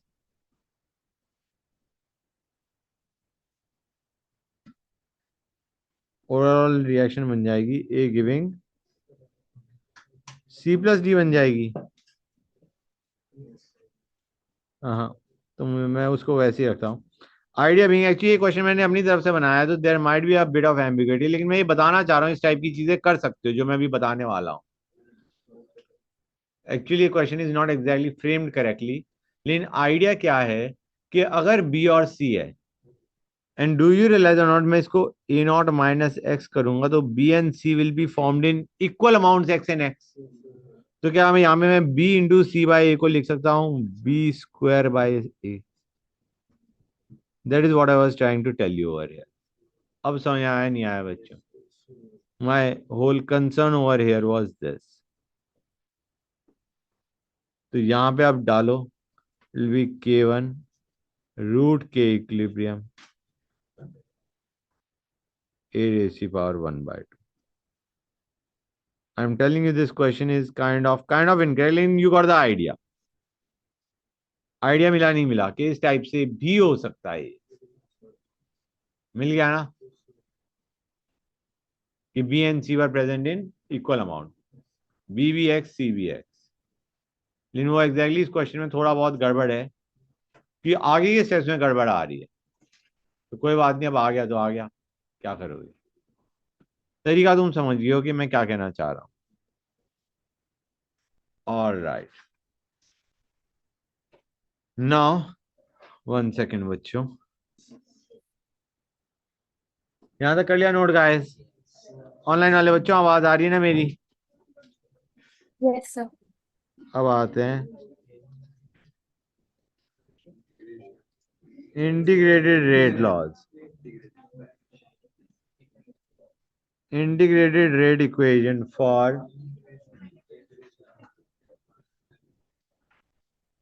Different order reaction. बच्चों देखो, हमें पता है ए गिविंग बी, सपोजिंग मैं ले रहा हूं, अभी मैं एक ही रिएक्टेंट ले रहा हूं, एक से ज्यादा भी हो सकते हैं, एक ही रिएक्टेंट ले रहा हूं। ओके गाइस, कन्वीनियंट होता है समझने के लिए। इसका रेट क्या होगा? रेट लॉ कि ए रेज़ की पावर एक्स होगा, नहीं होगा बच्चों? That will be the integrated rate law. अब अगर ये जीरो ऑर्डर रिएक्शन है तो रेट क्या हो जाएगा बच्चों? ए रेज़ की पावर जीरो के। अब इन टर्म्स ऑफ ए हम रेट को क्या लिख सकते हैं? Minus D A by D T. In terms of B क्या लिख सकते हैं? D B by D T, provided that the reaction is A giving B. अगर ए गिविंग टू भी होता तो it would have been 1/2 D B by D T. अब हम एक काम करते हैं, minus D A is equal to K D T लिखते हैं, इंटीग्रेट करते हैं। इनिशियली कंसंट्रेशन ए नॉट थी, time t was zero, time zero पे initial concentration of A was A naught, at time T it is A t. ये कर दिया, यहाँ से ए टी आता है ए नॉट माइनस के टी। क्लियर है बच्चों? A D is A naught minus के t, where concentration of A at time t is 80, concentration at time 0 is A naught and KT। अब गाइस नॉर्मली सुनते आना बच्चों, नॉर्मली हमारी जो कंसंट्रेशन होगी वो किस में होगी? मोलैरिटी में। के की यूनिट्स क्या होंगी बच्चों? ये गाइस, हाँ है ना? समझ आया नहीं आया? क्लियर है यहाँ तक? ये आर द नॉर्मल यूनिट जो कि तुम ऑब्जर्व करोगे। मतलब यहाँ पे जो एडी और इनॉट है that is in molarity and K will be in molarity second inverse. ठीक है ना बच्चों? एक क्वेश्चन जी में ये भी आ रखा है कि amount was given in gram, लेकिन के भी फिर किस में दे रखा था? Gram second inverse. ठीक है ना बच्चों? So you don't have to worry about it. Got it or not? Good. मतलब के की यूनिट फिर अकॉर्डिंगली चेंज हो जाएंगी। अगर हम कंसंट्रेशन के बजाय मास ले रहे हैं तो विल बी मास पर सेकंड। Got it guys? वह 99% क्वेश्चन में तुम यही देखोगे। Okay fine. अब एक और चीज, what will be concentration of B at time T? हम कहेंगे भाई D B by D T was equal to K. मतलब D B is equal to K D T. Initially मान के चलो B is B naught, at time T it is B T. तो B D is B naught plus K T. समझ आ रहा है नहीं आ रहा है बच्चों? तुम ऐसे मान के चलो कन्वीनियंस के लिए, यहां तक समझ आ रहा है ना वैसे बाय द वे। अब कन्वीनियंस के लिए ये मान के चलो, मैं एक नई चीज बता रहा हूं, ये तुम आगे it will B very helpful, first order में ज्यादा हेल्पफुल होगा, अभी तो तुम इंटीग्रेट करके निकाल रहे हो, otherwise also it is going to be very helpful. A giving B है हमारे पास, हम कहेंगे भाई ये ए नॉट था, ए नॉट माइनस एक्स आएगा, ये एक्स आएगा, और ये ए नॉट माइनस एक्स क्या है बेसिकली, ए टी। हाँ है ना बच्चों? क्लियर और not guys? This A naught minus x is what, A T. तो हम क्या कर सकते हैं, यहां से हम इजिली एक्स निकाल सकते हैं, और जो एक्स होगा that will be nothing but B T. समझ आ रहा है नहीं आ रहा है बच्चों? This is A T and this is B T. यहाँ पे तुम ऐसे भी कर सकते हो, एक रिलेशन देख सकते हो, A D plus B T is equal to A naught. समझ आया नहीं आया बच्चों? ए डी तुम निकाल चुके हो, ए डी क्या था, ए नॉट माइनस एक्स। तो यहाँ से बी टी निकाल लोगे नहीं निकाल लोगे? यहाँ पे मैं मान के चल रहा हूँ कि इनिशियली बी क्या था, जीरो। अगर यहाँ पे इनिशियली बी जीरो ना होगे, बी नॉट होता तो तुम इजिली और निकाल सकते थे, it would have been then B naught plus X. ये जो हमारा आंसर आया है बी नॉट प्लस एक्स के टर्म में आया है, मतलब X was K T basically. ये A D plus B D equal to A naught, this is very helpful in finding out concentration of product at time T. समझ आ रहा है नहीं आ रहा है बच्चों? ये जो चीज मैंने बताई है, this is helpful in finding out concentration of product at time T. हाँ बेटा। हाँ, कि अगर तुम्हारा अदरवाइज होगा तो ये बी नॉट प्लस एक्स हो जाएगा। Idea is B naught plus X would be B T in that case, and A naught minus X would be A T. इन दोनों में से एक्स एलिमिनेट करना है, that is what you have to do. Crux is इनमें दोनों equation में से एक्स एलिमिनेट कर रहे हो। समझे या नहीं समझेगा? That is the whole purpose. अब how it is more helpful मैं बताता हूं, यहां तक तो समझ गए हो। सपोजिंग यही होता, ए गिविंग टू बी, तो रेट क्या बन जाएगा बच्चों?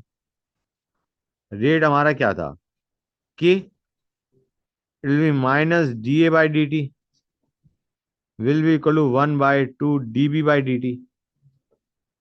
अब डू यू रियलाइज ये तो वही चीज आ रही है जो हमारा ए का अभी तुमने देखा था।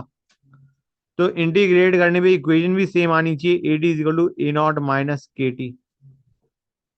अब बी टी के लिए या तो तुम इसको इंटीग्रेट करो, इस पार्ट को इंटीग्रेट करो, कर सकते हो नहीं कर सकते हो guys?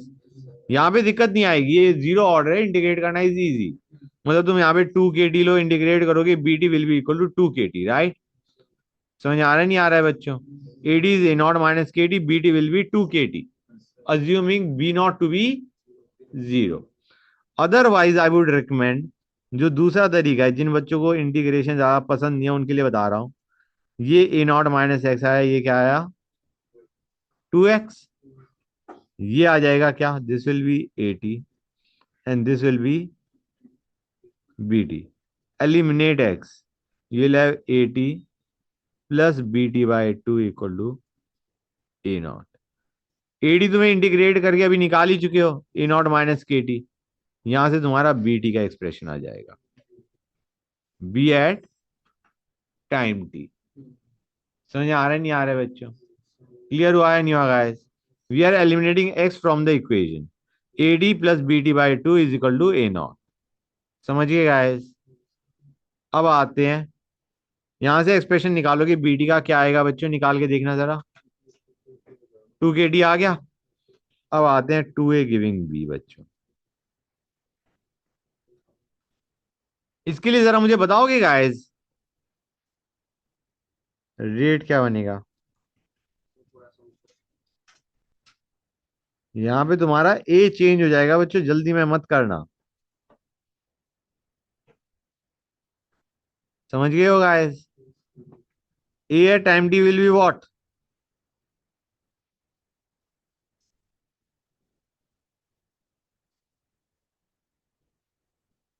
Will be A naught minus two K T.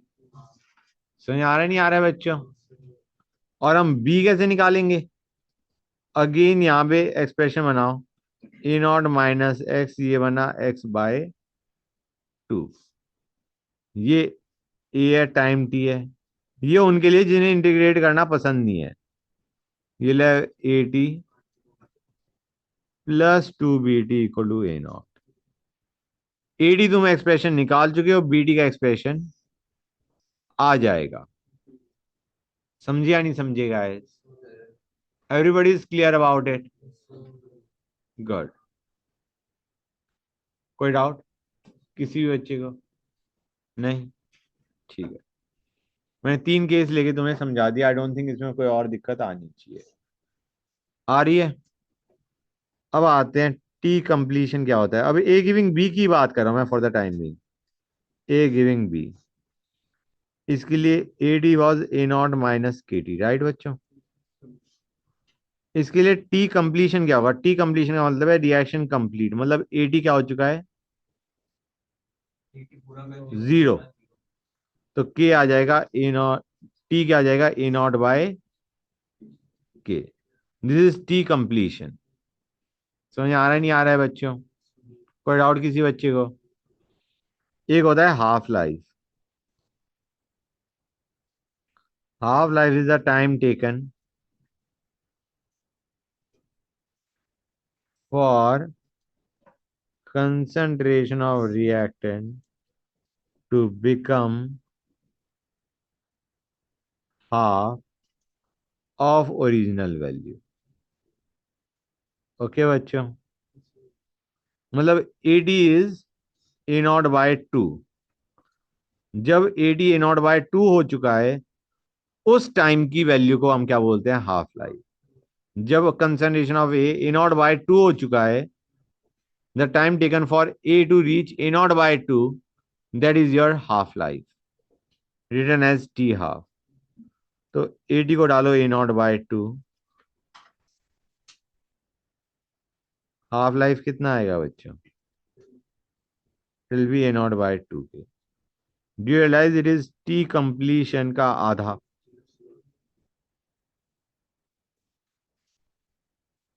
समझे या नहीं समझे गाइस? कितने बच्चों को यहाँ तो कोई डाउट है? इट इज टी कंप्लीशन का आधा। अच्छा एक चीज और तुम देखो, टी हाफ यहाँ पे it is directly proportional to initial concentration. ये दिख रहा है नहीं दिख रहा है बच्चों? फॉर जीरो ऑर्डर रिएक्शन, ये जीरो ऑर्डर के लिए, फर्स्ट ऑर्डर के लिए कुछ और रिलेशन आता है। तो मैंने दिख रहा है T half was A naught by two K, it is directly proportional to initial concentration. It is directly proportional to initial concentration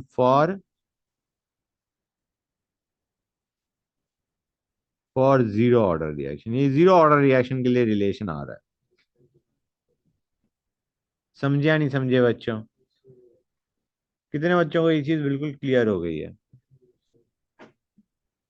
कर देखते हैं।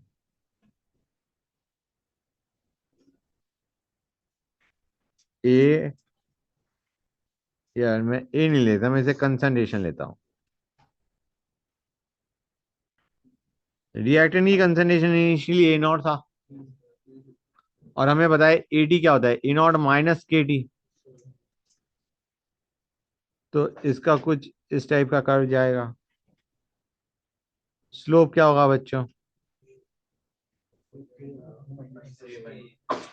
स्लोप इज माइनस के। अब हमें बताया यहाँ पे A D plus B T is equal to A naught, मतलब ए डी और बी टी का सम ए नॉट के बराबर आएगा। तो you can easily understand A giving B की बात कर रहा हूं मैं किस रिएक्शन की बात कर रहा हूं? ए गिविंग बी की। कहीं मैंने लिखा है ना ये ए गिविंग बी। तो do you realize or not, this will be concentration of B at time T.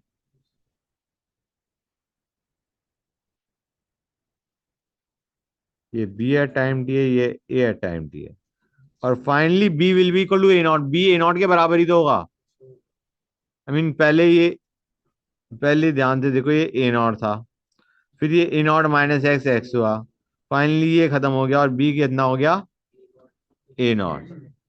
तो बी फाइनली तो ए नॉट के बराबर ही होगा। ये कर्व आ गया। ये हमारा टी कंप्लीशन है। हाफ लाइफ क्या है? Time taken for A to become A naught by two. A naught by two होने के लिए जो टाइम लगा, that is half life. It has to do with reactant, it doesn't have to do with product. Reactant आधा होने के लिए जो टाइम लगा, दैट इज हाफ लाइफ। समझे या नहीं समझे गाइस? That's good. कर लिया नोट? आगे चले, करो नोट।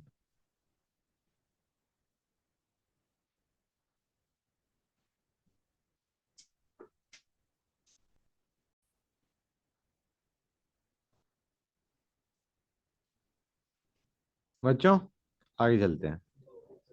अब सपोजिंग मैं ए गिविंग टू बी की बात करता हूं, तो क्या होगा बच्चों? ये ए नॉट था। मजा नहीं आया, रुक जाओ बच्चों, 1 सेकेंड गाइस। ये ए नॉट है। गाइस डू यू रियलाइज, अगर initial concentration of reactant was a not, तो बी की कंसंट्रेशन फाइनली क्या होगी? कम ऑन गाइस, क्या? वही फाइनली, जब ए खत्म हो चुका है, it will be two A naught. बस मैं समझ गया, it will be two A not.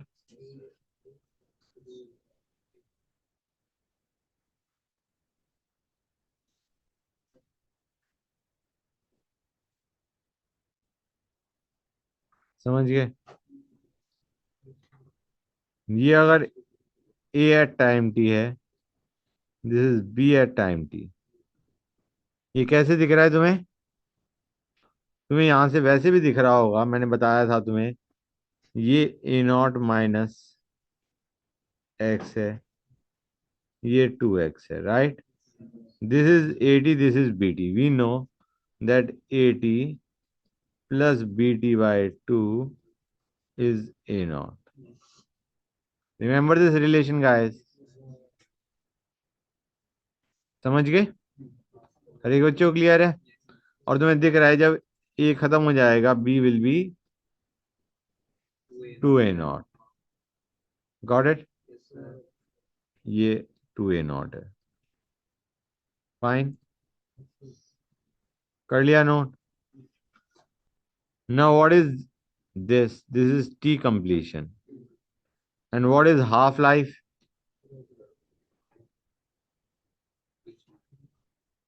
The time taken for A to become half.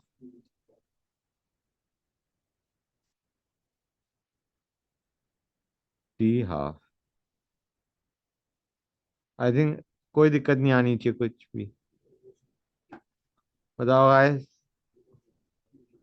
तुम देख रहे हो हर एक केस में T half is coming out, T completion का आधा, and is directly proportional to initial concentration. Now what I mean by directly proportional to initial concentration, ध्यान से देखो। अभी बताता हूँ, 1 मिनट दो मुझे, मैं एक केस और बता दूं, फिर बताता हूँ तुम्हें आगे। अब लेते हैं, ये क्या था, ए गिविंग टू बी था, टू ए गिविंग बी के लिए कर्व क्या होगा? टू ए गिविंग बी के लिए कर्व क्या होगा?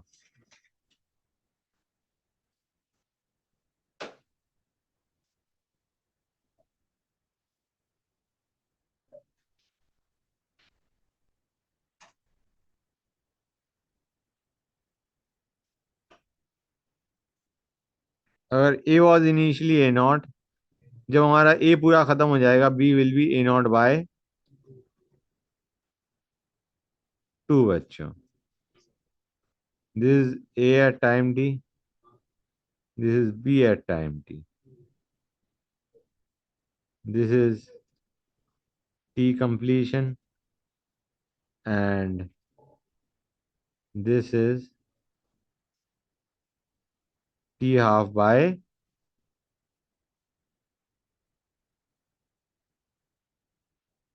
2, सॉरी टी कंप्लीशन बाय 2। ठीक है ना बच्चों, T half is T completion by 2। Clear हो गया हर एक बच्चे को? गुड। अब बच्चों हमने जो पढ़ा, T half is directly proportional to initial concentration, what do you mean by that? ध्यान से देखो। Let me go to the first curve जो हमने पढ़ा था। ये बच्चों सपोजिंग सपोजिंग इनिशियली हमारे पास 4 मोलर था। ग्रेट। इनिशियली हमारे पास, 1 सेकेंड बच्चों, इनिशियली हमारे पास 4 मोलर था। 4 मोलर से 2 मोलर होने में मान के चलो तुम्हारे 2 सेकेंड लगे। तो 2 मोलर से 1 मोलर होने में कितना टाइम लगेगा? Do you realize or not? 2 से 1 होने में, मतलब ये 2 था तो ये 1 मोलर है। एक्स्ट्रा टाइम कितना लगेगा, मतलब फ्रॉम टू टू 1 कितना टाइम लग रहा है बच्चों? ये टाइम लग रहा है। मतलब डू यू रियलाइज ये 2 है ये 1 है। गेटिंग द आइडिया और नॉट? मतलब 4 से 2 जाने में हमें कितना टाइम लगा? 2 सेकंड लगे। 2 से 1 जाने में कितना टाइम लगा? 1 सेकंड लगा। 1 से हाफ जाने में कितना सेकंड लगेगा? हाफ मोर। हाफ मोर। समझिया नहीं समझेगा? मतलब मैं इसको ऐसे लिख देता हूँ। अब मैं इसे लिख रहा हूँ, जो मैंने बोला है अभी मैं वही चीज लिखने जा रहा हूँ।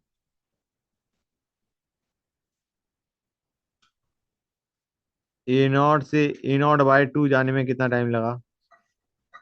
T half. A0/2 से A0/4 जाने में कितना टाइम लगा? टी हाफ का हाफ। A0/4 से A0/8 जाने में कितना टाइम लगा? टी हाफ बाय हाफ का हाफ। In that order. समझ आ रहा है नहीं आ रहा है बच्चों? आइडिया जैसे जैसे इनिशियल कंसंट्रेशन आधी होती आ रही है उसी के प्रोपोर्शन तुम्हारा टी हाफ होता है। टी हाफ भी, मतलब T half for the second half basically is पहले का आधा। समझ आ रहा है नहीं आ रहा है बच्चों? क्लियर है यहाँ तक? गुड। तो A0 से A0/8 जाने के लिए कितना टाइम लगा? हाँ, A0 से A0/8 जाने के लिए कितना टाइम लगा? T half plus T12 plus T12/4। ठीक है बच्चों? क्लियर हुआ है नहीं होगा गाइस यहाँ तक? एक क्वेश्चन दे रहा हूँ। 4 मोलर से 1 मोलर गया इन 10 सेकेंड्स। 4 मोलर से 1 मोलर गया इन 10 सेकेंड्स। 1 मोलर नहीं करना था मैं थोड़ा चेंज करता हूँ। 4 मोलर से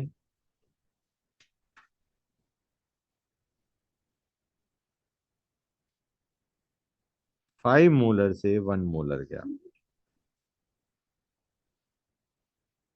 इन 10 सेकेंड्स। ठीक है बच्चों? फाइंड के एंड हाफ लाइफ। बताओ बच्चों, for reaction A giving B. A 5 molar से 1 मोलर गया in 10 seconds. Find rate constant and half life for the reaction. बताओ बच्चों। AD equal to A0 - KD से K निकलेगा, और A0/2 से हाफ लाइफ निकलेगा। और बाई चांस टी कंप्लीशन पूछा होता तो हम क्या करते? A0/K कर देते। समझ में आ रहा है नहीं आ रहा है बच्चों? प्लीज लेट मी नो, जो मैंने बोला है वो समझ में आया नहीं आया? AD क्या है यहाँ पे फटाफट बताओ? 1 इजिकल टू A0 - KT। के कितना आ गया बच्चों? 2/5 बेसिकली। समझ गए ना बच्चों? दिस इज के। अब टी हाफ पूछा गया है। T half will be simply A0 कितना था बच्चों? बाय 2 के। समझ आ रहा है नहीं आ रहा है बच्चों? और टी कंप्लीशन क्या हो जाएगा? ई नॉट बाय के। ये तुम फॉर्मूले से भी निकाल सकते हो। हाफ लाइफ इज 5 का कितना बन जाना? 5/2 बन जाना। यहाँ पे 5/2 डालो। और के तो तुम निकाल ही चुके हो। के टी हाफ आ जाएगा यहाँ से। मतलब पहले तुमने के निकाला, फिर 5/2 इज इक्वल टू 5 माइनस के टी हाफ, यहाँ से टी हाफ आ गया।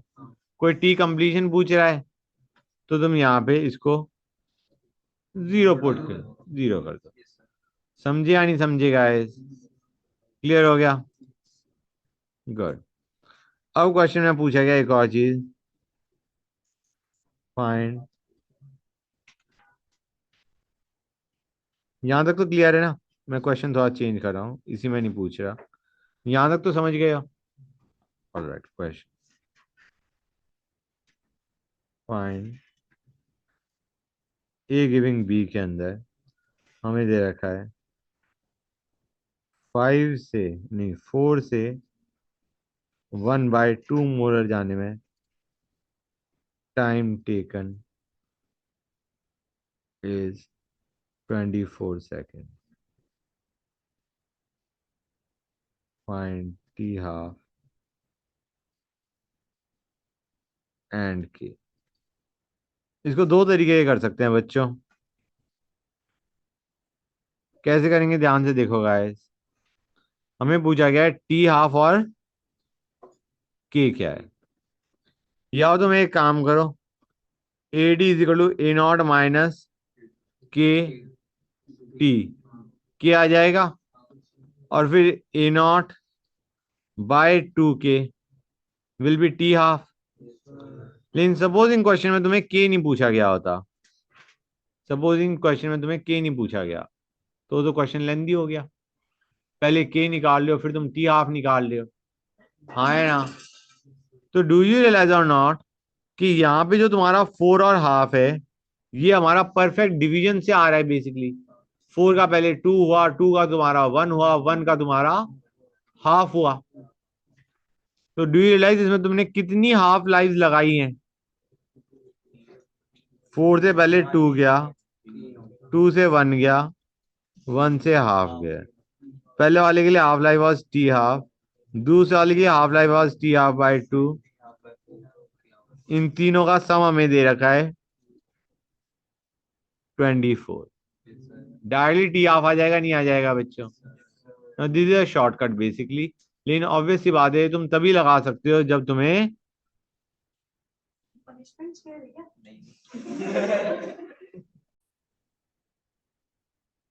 हाँ बच्चों, तो मैं तुम्हें क्या कह रहा था, 4 से 1/2 जा रहा है, टाइम टेकन इज 24 सेकेंड। हमें टी हाफ और के पूछा गया था। या तुम पहले के निकालो और फिर टी हाफ निकालो, है ना बच्चों? ए डी पता है, ए नॉट पता है, टी पता है, के निकालो और ए नॉट बाय 2 के से टी हाफ निकालो। या फिर तुम डायरेक्टली यहां से टी हाफ निकालो इससे। और उसके बाद के पूछ लेता है, बाई चांस कोई के पूछ लेता है, तो हम कहेंगे टी हाफ इज A0/2 के। टी हाफ तुम यहां से निकाल चुके हो, के यहां से निकाल लो बच्चों। हाँ या ना गाइस? आई मीन स्पेसिफिकली जब तुम्हें के नहीं पूछा गया, टी हाफ पूछा गया, this is a better method to use बच्चों। क्लियर हुआ है नहीं हुआ हर एक बच्चे को? Let me know, everybody is clear about it? Good. और मैं क्या बता रहा था? होल्ड ऑन अ सेक बच्चों, ये तो हो गया। That's it. ठीक है ना गाइस? अब कुछ एग्जांपल्स जीरो ऑर्डर रिएक्शंस के, फैक्ट टू रिमेंबर। वही एग्जाम में आया था डायरेक्टली उठ के। हाँ, fact to remember, obviously fact to remember करें। ऑलराइट, इसके क्वेश्चन तो इतने ही आते हैं, क्वेश्चन इसके नॉर्मली इतने ही आते हैं, बेसिक लेवल पे क्वेश्चन आ रहे होते हैं जो मैंने तुम्हें अभी करवाए हैं। ठीक है? जीरो ऑर्डर रिएक्शन, गाइस एक चीज और बताओ, मैं एक चीज पूछ लेता हूँ, पूछ ही रहा हूँ गाइस, सुनते आओ बच्चों, आवाज नहीं प्लीज। रेट कांस्टेंट और रेट की यूनिट जीरो ऑर्डर रिएक्शन के लिए क्या सेम होती है या डिफरेंट होती है? रेट कांस्टेंट और रेट की यूनिट्स लिख ही देता हूँ यार, units of rate and rate constant are same for zero order reaction. भाई rate is K, so units of rate and rate constant are same for zero order reaction. Got it or not, guys? Good. अब zero order reaction generally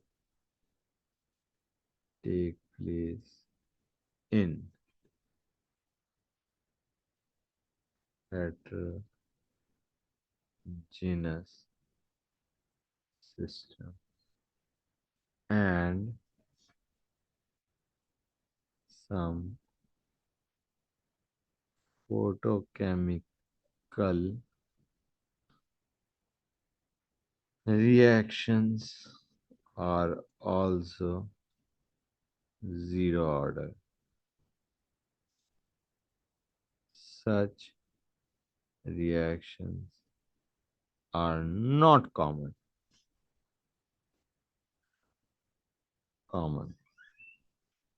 जैसे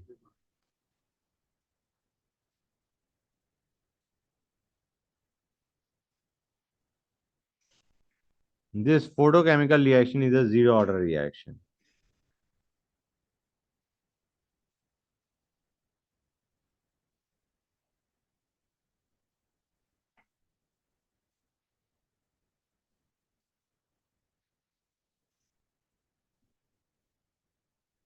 next. आप थोड़ा ऊपर scroll कर दो। बच्चों please mute हो जाओ। ओ मेरे को लगा कुछ और कह रहा है, सॉरी। ओके बच्चों, सॉरी, माय बैड। हाँ, this photochemical reaction is zero order. Next, decomposition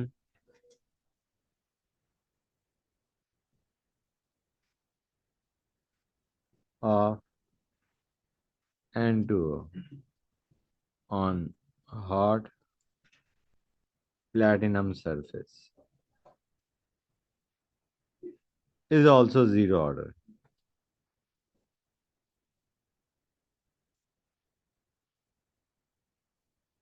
ठीक है बच्चों?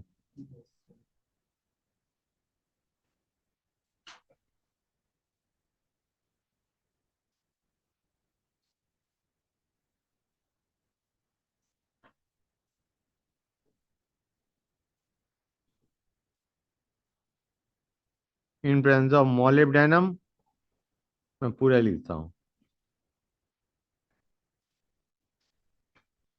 और tungsten is zero order reaction. तुम्हें याद होगा मैंने बताया था एट लो प्रेशर, याद है नहीं याद है बच्चों? Next, decomposition of HI on gold surface.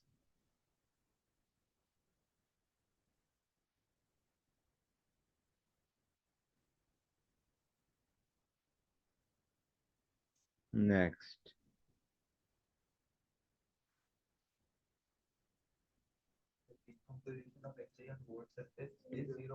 zero order iodination of acetone in presence of H plus ion.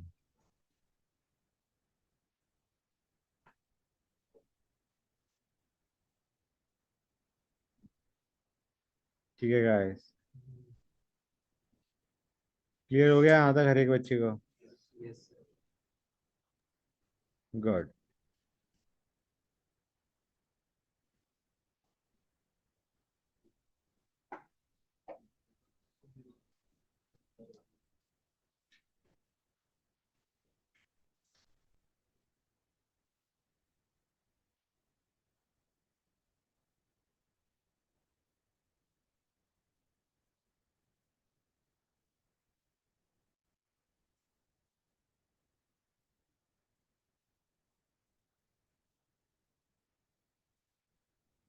With respect to substrate, substrate लिया, एंजाइम लिया,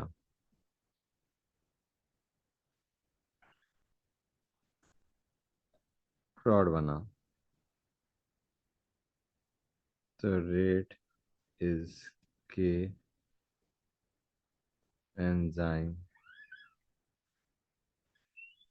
substrate raise to power 0। Clear है बच्चों? समझ आ रहा है नहीं आ रहा है गाइस? ये क्यों होता है? ये क्यों होता है? Because concentration of substrate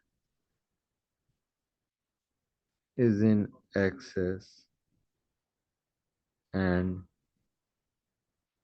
enzyme concentration of enzyme is small।